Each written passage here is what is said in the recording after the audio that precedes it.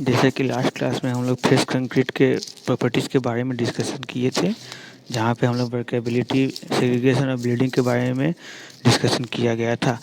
अब हम लोग हार्डन प्रॉपर्टीज ऑफ कंक्रीट के बारे में डिस्कशन करेंगे। दैट मीन्स कि जब कंक्रीट हमारा हार्डन स्टेज में हो जाए, उसके बाद किस किस टाइप का हम प्रॉपर्टीज़ हमें निकालना है और कैसे निकालेंगे, इसके बारे में यहाँ पे हम लोग अब देखेंगे। Before starting this test, some of the points should be considered. Concrete mix should be uniform and well compacted. हम लोग इस बारे में डिस्कशन कर चुके हैं। एक प्रॉपर स्ट्रेंथ के लिए जो कंक्रीट मिक्स है वो यूनिफॉर्म होना चाहिए और वेल कॉम्पैक्टेड होना चाहिए। क्यूरिंग प्रॉपर वे में होना चाहिए। एटलीस्ट 3 स्पेसिमेन चाहिए होता है सिंगल टेस्ट के लिए, एवरेज वैल्यू निकालने के लिए।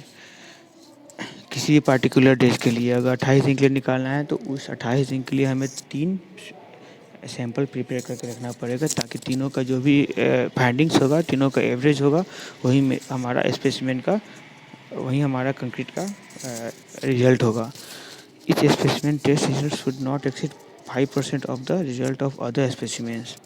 मतलब एक स्पेसिमेन दूसरे स्पेसिमेन के रिजल्ट में 5% से अधिक का वेरिएशन नहीं होना चाहिए।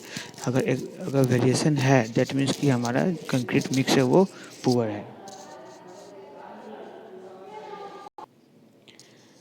जैसा कि हम लोग ऑलरेडी डिस्कशन कर चुके हैं कि प्रॉपर्टीज ऑफ कंक्रीट के बारे में देख रहे हैं।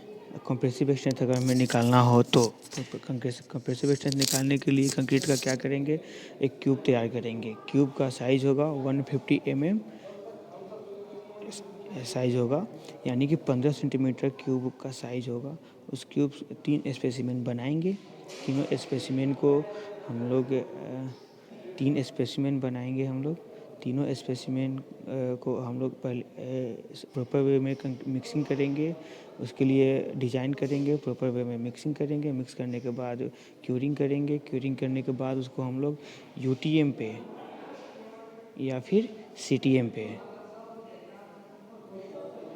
यूनिवर्सल टेस्टिंग मशीन या फिर कंप्रेसिव टेस्टिंग मशीन, इन दोनों मशीन के में से किसी एक की सहायता से हम लोग कंप्रेसिव स्ट्रेंथ हम सैंपल का यूटीएम और सीटीएम में क्या होता है कि एक कंप्रेसिव स्ट्रेंथ निकालना है तो स्पेसिमेन को हम लोग एक प्रॉपर जहाँ प्लेस है उसमें रखने के बाद उस पर ऊपर से ग्रेजुअली लोड लगाते हैं। कंप्रेसर में है मतलब कि एक दूसरे के इनवर्ड होगा, एक कंप्रेसिव लोड लगेगा। कंप्रेसिव स्ट्रेंथ के लिए टेस्टिंग प्रोसीजर निकालना हो तो टेस्टिंग प्रोसीजर क्या है हमारा, this cured specimen are taken from the curing tank and excess water is remove from the surface.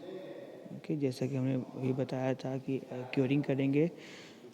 The clean specimen are tested by compression testing machine after 7 days curing और 28 days curing as required. अगर हमें 7 दिन के लिए ज़रूरत है तो 7 दिन का हम लोग करेंगे कंप्रेसिव स्ट्रेंथ। अगर 28 दिन के लिए करना है, हमें पता करना है स्पेसिमेन का कंप्रेसिव स्ट्रेंथ, तो 28 दिन के लिए क्यूरिंग करेंगे हम लोग। जो लोड लगाएंगे हम लोग ग्रेजुअली लगाएंगे, तब तक लगाएंगे जब तक कि हमारा स्पेसिमेन फेल ना कर जाए। Load at the failure is noted and the compressive strength of concrete can be calculated by the ratio of failure load to surface area of the specimen। ऐसा हम लोग जानते हैं कि अगर लोड हमें पता चल गया, कैसे निकालेंगे, फोर्स बाई एरिया। जो प्रेशर हम लोग लगा रहे हैं, प्रेशर बाई एरिया जो भी होगा हमारा, वही हमारा कंप्रेसिव स्ट्रेंथ होगा। As per Indian standard code the compressive strength improvement percentage is presented in this table. Curing period हमारा 1 दिन हो तो स्ट्रेंथ हमारा इम्प्रूव होगा 16% से। उसी तरह से अकॉर्डिंगली 28 डेज तक हमारा क्यूरिंग होगा, देन 99% हमारा स्ट्रेंथ इम्प्रूव हो जाएगा।